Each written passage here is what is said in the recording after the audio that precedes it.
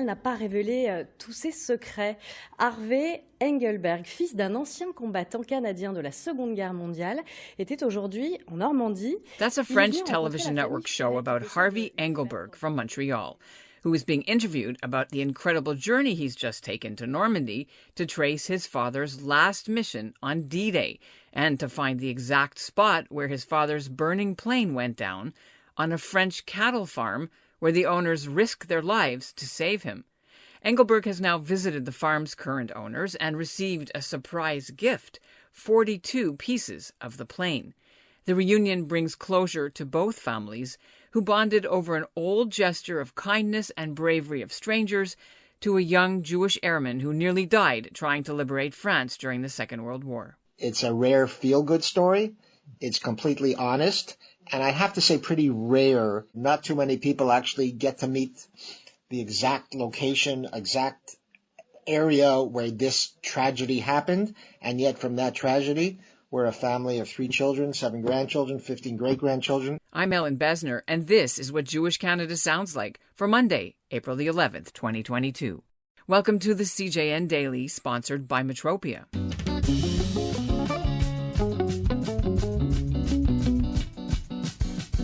A few weeks ago, out of the blue, Harvey Engelberg received a letter from a farmer in northern France.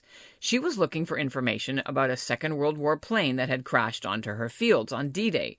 Harvey couldn't believe it. It was his father's plane.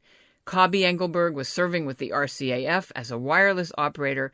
He and 2 pilots and a navigator had taken off on the night of D-Day with a load of 22 British paratroopers. It was a key mission to drop the men behind German lines so they could destroy important bridges and keep the Nazis away from the beaches where, hours later, tens of thousands of Canadians and British soldiers would make a surprise landing and turn the tide of the war. But Engelberg's plane was hit by flak and was on fire, so the pilot told everyone to bail out, and they all did except for Engelberg, who was unconscious. The pilot stayed at the controls and tried to land. The pilot was killed. Engelberg lived, but he had a cracked skull, and he didn't wake up. The farmers in the nearby house took him in and hid him for nearly a week until a passing Allied patrol found him. He woke up 2 weeks later in England, and for him the war was over. Meanwhile, the Nazis arrested the French rescuers and shot one of their sons as punishment. Coming up, Harvey Engelberg will be here to tell us what meeting the French family has meant and why he plans to donate the pieces of the plane to the Canadian Juno Beach Centre nearby. But first, here's what's making news elsewhere in Canada right now. I'm Melina Shine in Vernon, British Columbia, and this is what Jewish Canada sounds like. The Trudeau government is putting nearly $70 million in the new budget for the Jewish community, including money to build Holocaust museums in Montreal and Toronto, and a community centre in Vancouver. About $5 million of the money will help pay for the work of Professor Irwin Cotler, Canada's special envoy on Holocaust denial and anti-Semitism. One other line in Thursday's budget speech is that the Liberals will make Holocaust denial illegal in the criminal code. Now, you might remember we reported earlier this year there was a private member's bill from a Conservative MP that would have addressed this issue, and some critics have been wondering why it came from somebody in the opposition and not from the Trudeau government itself. Now the Liberals say theirs will take precedence. So far, as far as we know, there isn't anything in the budget about what penalties could be levied on people who deny the Holocaust happened to Jews. And joining me now is Harvey Engelberg. He's at the Juno Beach Centre Museum in Courcey-sur-Mer, France. Harvey, tell us where you are, when you got there, why did you come? My dad was a World War II veteran, and on D-Day, they were going to, on Operation Tonga, drop Zone K, all these things I've learned while I've been here.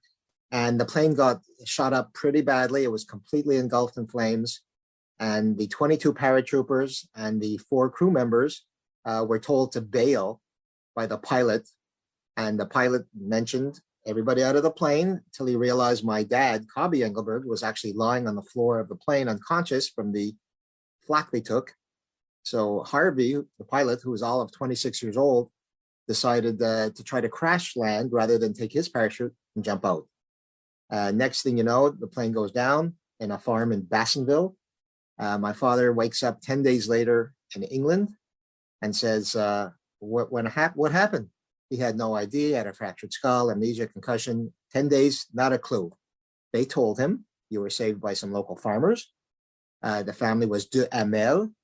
They took care of my father a couple days till the Allies could take him out. 2 years after the crash, my father was just recently okay to leave the hospital and was more or less better after 2 years of injuries. And he wrote a letter to Madame de Hamel in Bassenville and said, how do I thank you? You saved my life.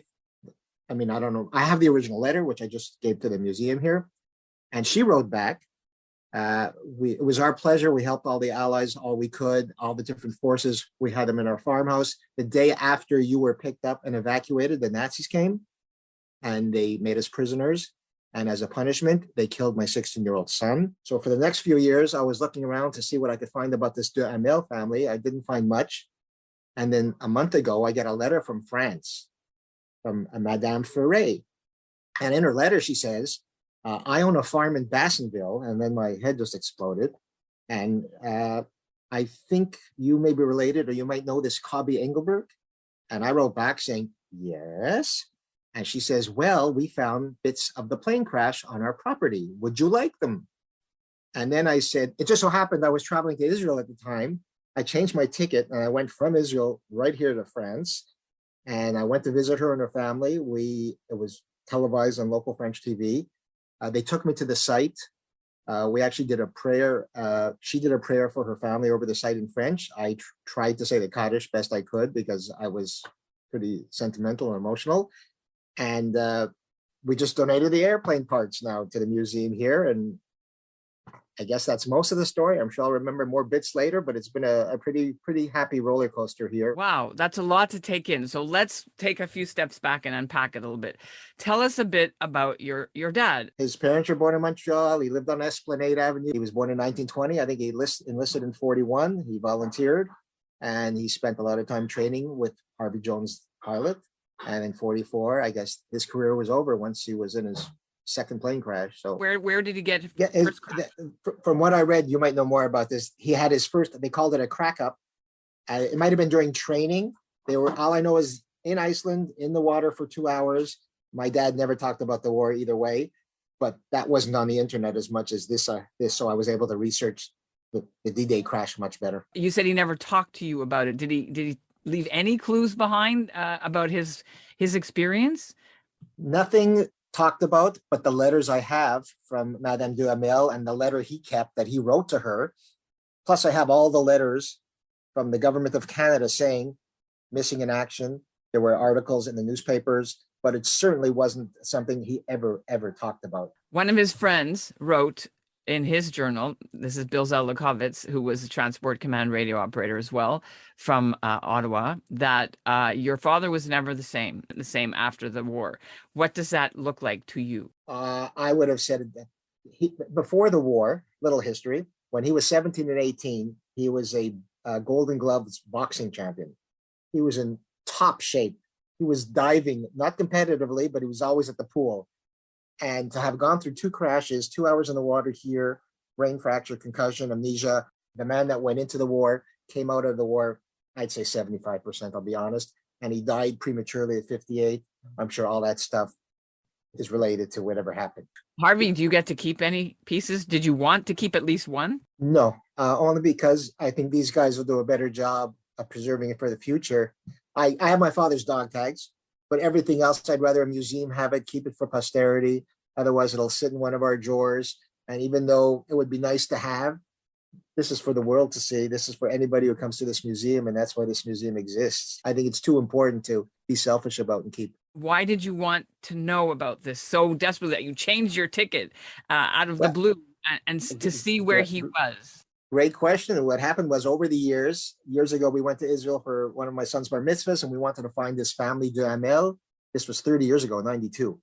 And they couldn't find a trace of the family. We wanted to thank them for what they did and show them our family and say, here, look what your father, dad, brothers, whatever did for us.